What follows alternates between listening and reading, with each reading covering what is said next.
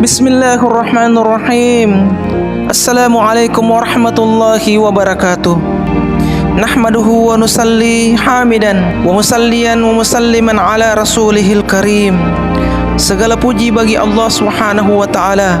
Salawat dan salam yang sempurna semoga dilimpahkan kepada sebaik-baik makhluk yang nurnya menerangi hati manusia dan kedatangannya merupakan rahmat untuk seluruh alam, yaitu baginda Rasulullah sallallahu alaihi wasallam. Di video kali ini kita akan menceritakan sebuah kisah nasihat baginda Rasulullah sallallahu alaihi wasallam kepada Sayyidina Umar radhiyallahu anhu dan kabar angin bahwa baginda Nabi sallallahu alaihi wasallam telah menceraikan semua istrinya. Suatu ketika disebabkan permintaan nafkah yang sedikit lebih oleh istri-istri baginda Rasulullah sallallahu alaihi wasallam, beliau bersumpah tidak akan mendatangi mereka selama 1 bulan sebagai teguran terhadap mereka. Baginda Nabi sallallahu alaihi wasallam tinggal seorang diri di kamar atas yang dibangun terpisah dari rumah beliau.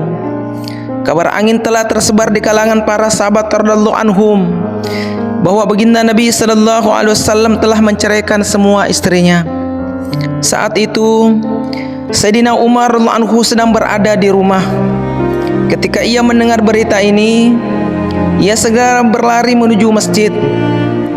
Di masjid terlihat para sahabat radhiyallahu anhum sedang duduk berpencar dan menangis karena takut akan kemarahan baginda Nabi sallallahu alaihi wasallam.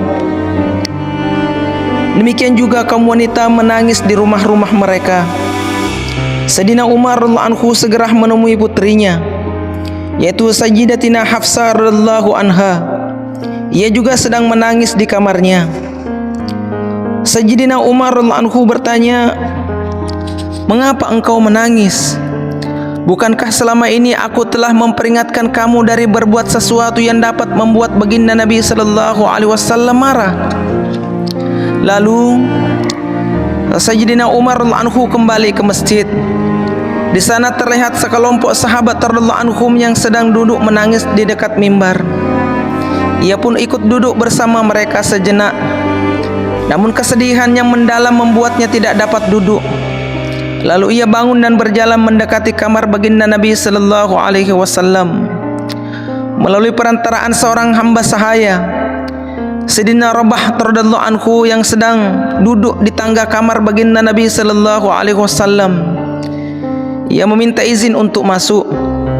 Sayyidina Rabah radhiyallahu anhu masuk dan memintakan izin untuk Sayyidina Umar radhiyallahu anhu, tetapi beliau sama sekali tidak menjawab. Sayyidina Rabah radhiyallahu anhu kembali dan memberitahukan hal ini kepada Sayyidina Umar radhiyallahu anhu. "Saya telah menyampaikannya, namun beliau tidak menjawabnya." Sayyidina Umar radhiyallahu anhu pun putus asa dan kembali duduk di samping mimbar, namun tidak bisa duduk dengan tenang. Beberapa lama kemudian, dengan perantara Sayyidina Rabah radhiyallahu anhu, Sayyidina Umar radhiyallahu anhu kembali mencoba meminta izin untuk menemui baginda Nabi sallallahu alaihi wasallam. Demikianlah hal ini berulang sampai 3 kali dan semuanya tidak mendapatkan jawaban. Di kali yang ketiga inilah ketika Sayyidina Umar radhiyallahu anhu akan kembali, Sayyidina Rabah radhiyallahu anhu memanggilnya dan berkata, "Sekarang kamu diizinkan masuk." Sayyidina Umar radhiyallahu anhu memasuki kamar baginda Nabi sallallahu alaihi wasallam.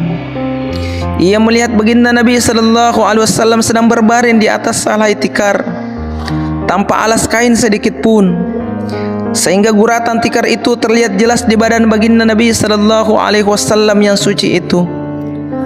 Beliau berbantalkan kulit binatang yang berisi serabut kurma. Sayyidina Umar radhiyallahu anhu bercerita, "Aku memberi salam kepada baginda Nabi sallallahu alaihi wasallam.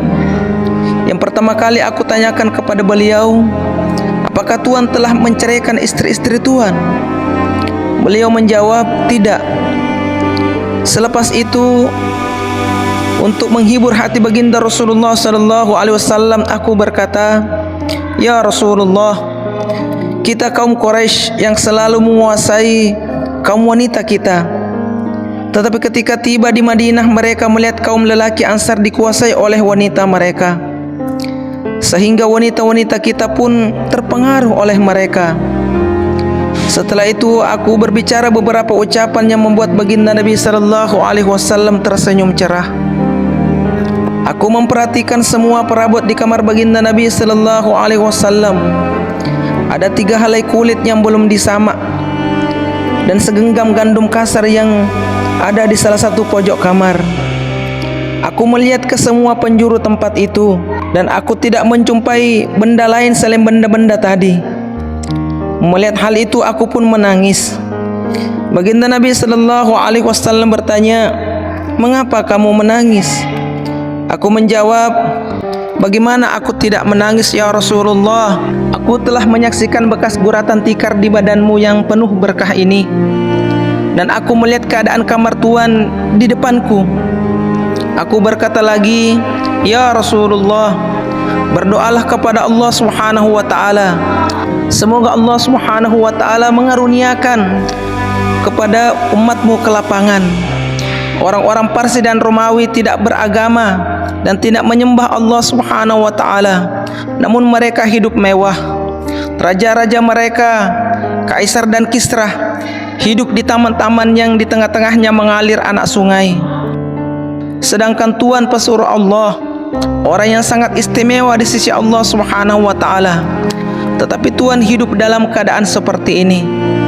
Ketika aku mengucapkan kata-kata itu, baginda Nabi sallallahu alaihi wasallam sedang bersandar di bantal.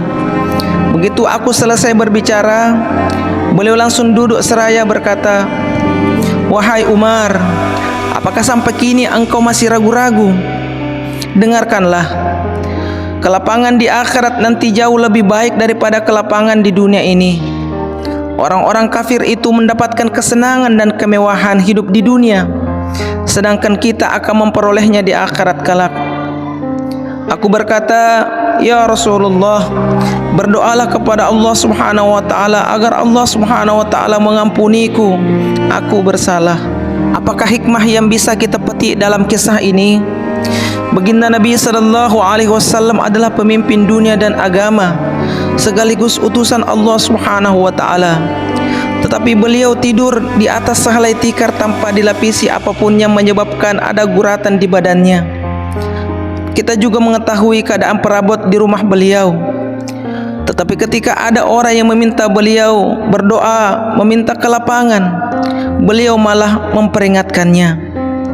Seseorang bertanya kepada Sayyidatina Aisyah radhiyallahu anha, "Bagaimanakah keadaan alas tidur baginda Rasulullah sallallahu alaihi wasallam di rumah?" Sayyidatina Aisyah radhiyallahu anha menjawab, "Alas tidur beliau terbuat dari kulit yang berisi serabut kurma." Sayyidatina Hafsah radhiyallahu anha juga pernah ditanya oleh seseorang, "Bagaimanakah keadaan alas tidur baginda Rasulullah sallallahu alaihi wasallam di rumah?" Jawabnya, "Sehelai kain kasar yang dilipat 2 yang dihamparkan sebagai alas tidur baginda Nabi sallallahu alaihi wasallam. Suatu hari aku pernah melipatnya menjadi 4 lipatan agar menjadi empuk. Keesokan paginya baginda Nabi sallallahu alaihi wasallam bertanya, 'Apakah yang telah kamu hamparkan untukku tadi malam?' Jawabku, 'Kain yang sama, tetapi aku melipatnya menjadi 4 lipatan.' Beliau menyahut, 'Lipatlah seperti dulu. Kenyamanan seperti tadi malam menghalangiku bangun tahajud. Lihatlah keadaan kita sekarang.